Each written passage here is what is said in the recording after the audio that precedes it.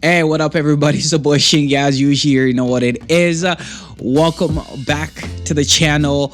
I'm super excited to be making this video, just like I'm excited to be making every single video for y'all. It's been a while ever since I've been doing a lot of podcasts, doing a sit down and talk video.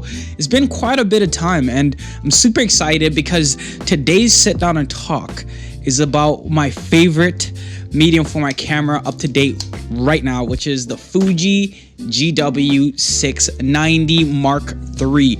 Absolutely stunning camera. So guys, this is actually my new favorite camera right now, and we're gonna get into it. So today's video pretty much is going to be a first impression, explaining to you guys why I think you should either get this camera or just my first experiences with the camera, because I think I've had it for like 2 months now. I've ran a bunch of rolls through it, and results I'm getting in this camera are insane.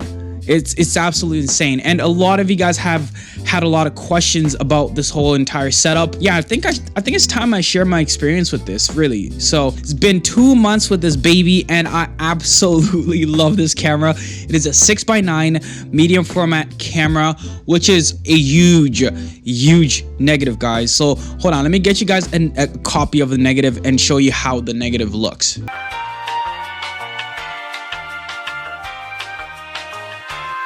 So guys, over here we have the 6x7 negative. As you guys can see, it has 3 frames on here, and here is a comparison negative of the GW, which is a 6x9 negative. So it fits in 2 slots, which is absolutely insane. 6x5 version, look at how many frames that is, which is pretty crazy. But here's a GW compared to the look at that is insane. That is absolutely insane. You're gonna be getting a huge negative out of this camera, which is awesome. I gotta put this away. So yes, you're gonna be getting a huge negative out of this camera, which is awesome.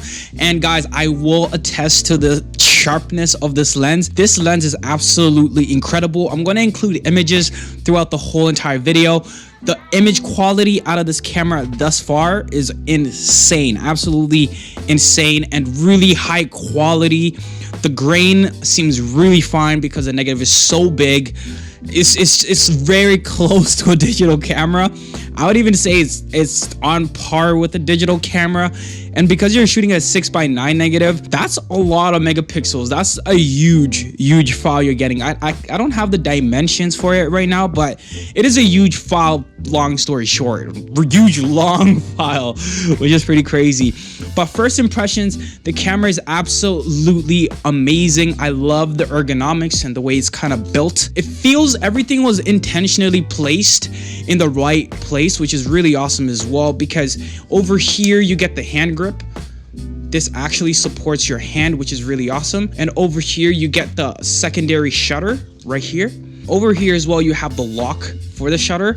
So usually I have it in the portrait orientation, so it's so easy to shoot with this camera just like this while also framing, or even just like this, I could shoot with this or shoot with that. Everything was really well thought out. I will say it is really awesome. It's been a beautiful experience so far. And over here as well, you get the dial that has the different types of film you could photograph with or use.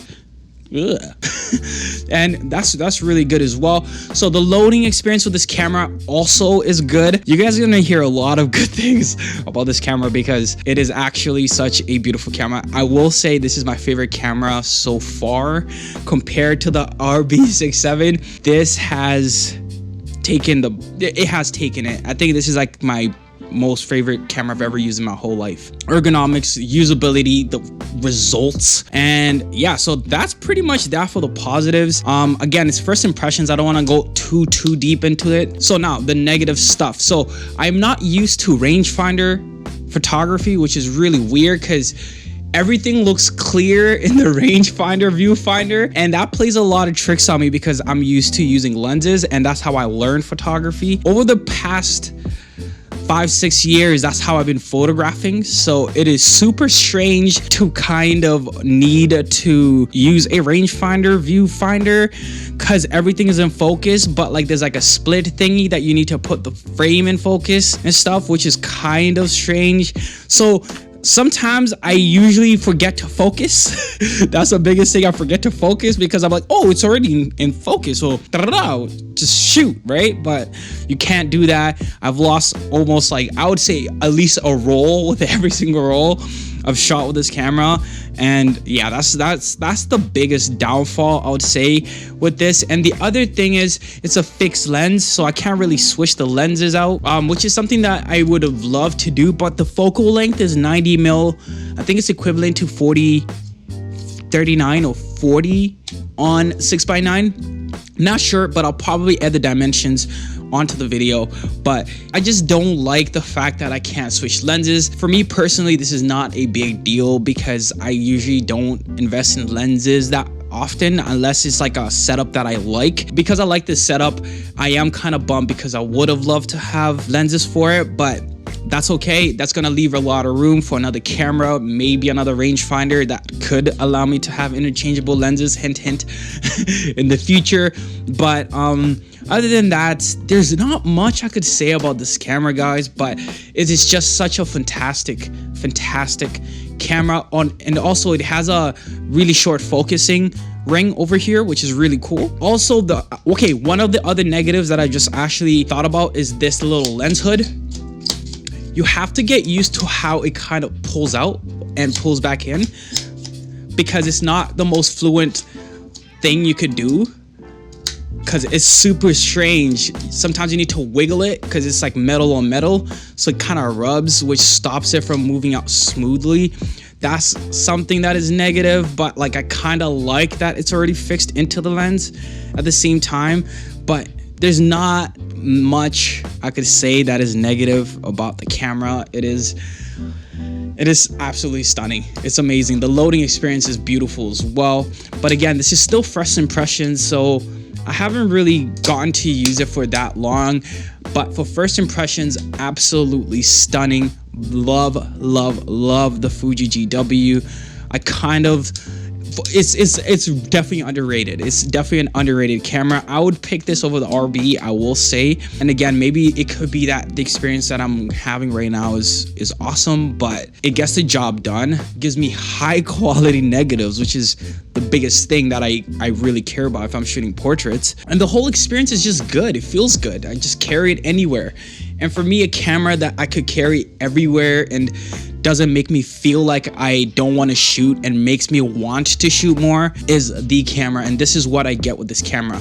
I shoot night photos with this camera because it's just so easy to just have and move around with. So I would say this is the most underrated camera ever, and it's so cheap. I think it's like $500-$600. It's super cheap, super duper cheap in terms of like what you get. And compared to the RB, I would pick this. I know a lot of y'all gonna be mad, but I still am getting my RB set up. I have the lenses and all that type of stuff. But either way, this is a beautiful camera. I know a lot of you guys have questions about it. Would you buy? Should you buy it? Should you just sacrifice and sell your other cameras to buy this Fuji GW? Absolutely, because this camera is stunning. This is the best kit I have so far. Pentax is second. Guys, I just love all the setups that I have right now because they're just such incredible setups, and I'm happy with them. I'm very happy with it. Other than that, there's not really much to talk about. I'm gonna keep this pretty short and sweet. Thank you guys to everybody that has been subscribing as well as liking the videos, hitting post notifications. As you guys know, I'm on a journey where I'm no longer on Instagram or any form of social media, so it's been really hard to get you guys to get the videos, and now I sort of see the importance of saying turn on post notifications. Again, you guys are not getting all the videos and all the uploads, and it's only the people that are subscribed that are getting the videos. So turn on post notifications if you don't want to miss any video by me, and if not, that's totally fine as well. Thank you for the support and the subscription. That's more than enough. Other than that, it's the boy Shingy. You already know what it is. Peace, baby. Peace.